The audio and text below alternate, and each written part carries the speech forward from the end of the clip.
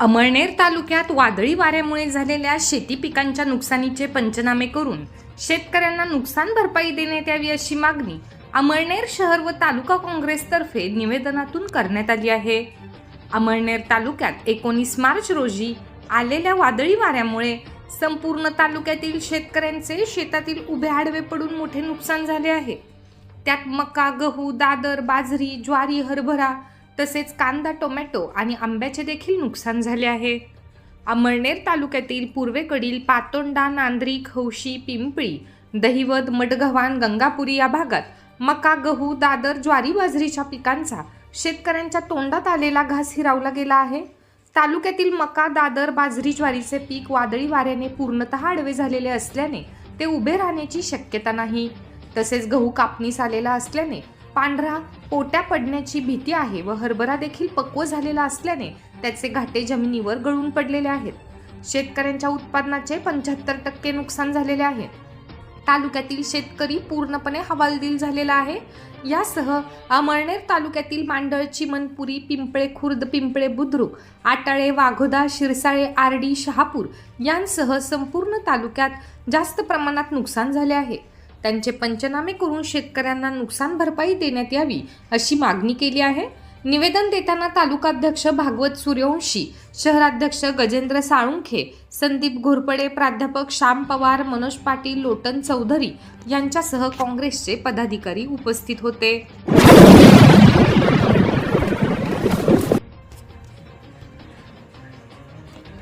अमळनेर तालुका शेतकी संघाची निवडणूक प्रक्रिया सुरू झाली असून 20 मार्च रोजी प्रारूप मतदार यादी शेतकी संघाच्या कार्यालयात प्रसिद्ध करण्यात आली असल्याची माहिती शेतकी संघाचे व्यवस्थापक संजय पाटील यांनी दिली। शेतकी संघाचा 2025 ते 2030 या पंचवार्षिक कालावधीसाठी संचालक मंडळाच्या निवडणुकीसाठी जिल्हा उपनिबंधक तथा जिल्हा सहकार निवडणूक अधिकारी गौतम बलसाने यांनी तात्पुरती मतदार यादी प्रसिद्ध करण्याचे आदेश दिले आहेत। 1 जानेवारी 2022 या अहर्ता दिनांकावर सोसायटी सभासदांची 107 मतदारांची नावे असलेली आणि 1 जानेवारी 2023 या अहर्ता दिनांकावर व्यक्तिशः 16,332 मतदारांची यादी प्रसिद्ध करण्यात आलेली आहे। शेतकी संघाने राज्य निवडणूक प्राधिकरणाकडे 10 लाख रुपये निवडणूक प्राधिकरणाकडे भरले आहेत। 20 ते 30 मार्च दरम्यान जिल्हा सहकार निवडणूक अधिकारीकडे हरकत घेण्याची मुदत असून 9 एप्रिल रोजी हरकतींवर निर्णय घेण्यात येईल आणि 13 एप्रिल रोजी अंतिम यादी प्रसिद्ध करण्यात येणार आहे। गेल्या 9 वर्षांपासून शेतकी संघाची निवड झालेली नाही, तेव्हापासून संघावर प्रशासक नेमलेला आहे। संघाला निवडणुकीसाठी एकूण 15 लाख रुपये प्राधिकरणकडे जमा करावे लागणार आहेत। त्यापैकी 10 लाख रुपये दिले आहेत, 5 लाख रुपये भरावे लागणार आहेत। गेल्या 2 वर्षांपासून शेतकी संघाकडून शासकीय खरेदीची परवानगी काढून घेतल्याने संघाला कमिशन मिळणे बंद झाले। ती खरेदी करण्यास परवानगी दिली असती तर संस्थेने निवडणूक निधी भरला असता।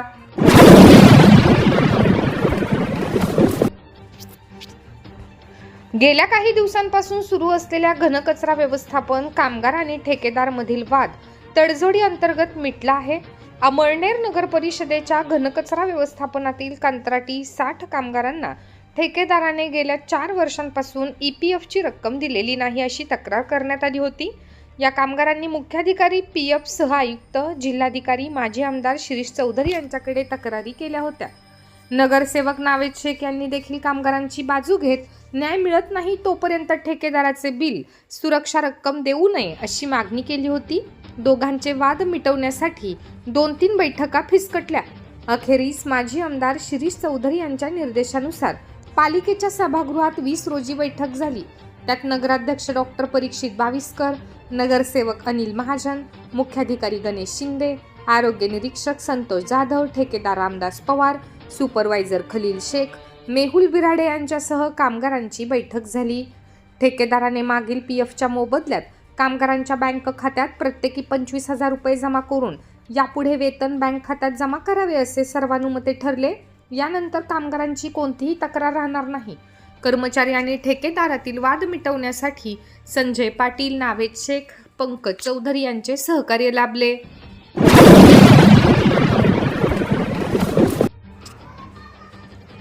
15 मार्च रोजी गलवाडे रोड भागातील दाजिबा नगरमधील महिला शोभा जयवंतराव पाटील यांना अज्ञात वाहनाने धडक दिल्याने त्यांचा जागीच मृत्यू झाल्याने परिसरातील नागरिकांनी माजी नगरसेवक मनोज पाटील यांच्या नेतृत्वाखाली रास्ता रोको करून सार्वजनिक बांधकाम विभाग यांच्या विरोधात आंदोलन केले. गेले काही महिन्यामध्ये साधारण 5 नागरिकांना या अपघातांमुळे आपला जीव गमवावा लागला आहे. माजी नगरसेवक यांच्या नेतृत्वात सुद्धा वारंवार निवेदन देऊन सुद्धा बांधकाम विभागाने कोणतीही कारवाई केली नसल्याने दाजिबानगर व परिसरातील महिलांनी शुक्रवारी सार्वजनिक बांधकाम विभागात जाऊन ठिय्या आंदोलन केले. यावेळी उप अभियंता पी.ए. पाटील यांनी संबंधित कंत्राटदाराशी संपर्क साधून मंगळवारपर्यंत गलवाडे रोड भागात योग्य ठिकाणी स्पीड ब्रेकर टाकून देण्याचे आश्वासन दिले. आंदोलनात नेहा परदेशी, तृप्ती डाके, योजना पाटील, सरला पाटील, सुरेखा पाटील, संगीता सोनार, सुशीला पाटील, कविता पाटील, सरिता पाटील, निर्मलाबाई, मनीषा पाटील, संगीता कापडणे, सुमेर सिंग पाटील आदी असंख्य महिला उपस्थित होत्या.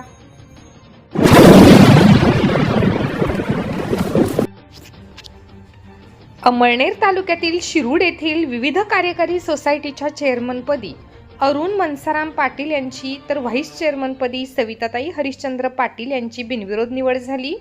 निवडणूक अधिकारी म्हणून सुनील महाजन यांनी काम पाहिले. यावेळी संचालक प्राध्यापक सुभाष पाटील, भास्कर पाटील, बापूराव महाजन, धोंडू पाटील, सीताराम पाटील, गोरख धनगर, सुभाष महाजन, सखाराम मोरे, तिलोत्तमा पाटील, वसंत पाटील, मीराबाई पाटील, सचिव पाटील उपस्थित होते. नवनिर्वाचित पदाधिकाऱ्यांचा संचालक मंडळाने पुष्पगुच्छ देऊन सत्कार केला.